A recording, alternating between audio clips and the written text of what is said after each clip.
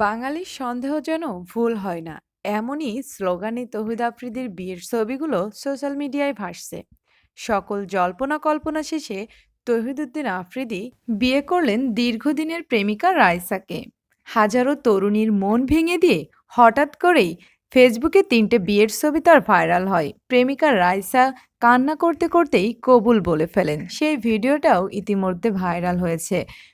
তবে এই গোপনে হঠাৎ করে বিয়ের খবরটা তিনি নিজে মুখেই প্রকাশ করেননি। তবে তার বউ রাইসা কে, এটা হয়তো অনেকেই জানে না। রাইসা হলো জনপ্রিয় একজন টিকটকার এবং সাথে ব্র্যান্ড প্রমোটার। তাদের ড্রেজের একটি পেজও আছে। তিনি জাতীয় বিশ্ববিদ্যালয় থেকে স্নাতক শেষ করেছেন। তারা যমজ 2 বোন। রাইসা ও রোজা দেখতে অবিকল একরকম।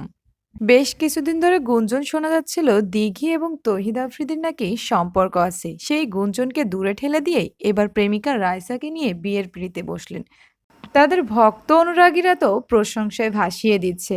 এছাড়াও কেউ কেউ বলছে তাদের সবার চেহারা কম বেশি একই রকম। মা, বোন, বউ দেখলে মনে হয় যেন একই পরিবারের কেউ। দুই পরিবারের সম্মতি নিয়েই তাদের এই বিয়ের অনুষ্ঠান। তো ভিউয়ার্স, আপনাদের কাছে তৌহিদ আফ্রিদির বউকে কেমন লেগেছে অবশ্যই কমেন্ট করে জানাবেন।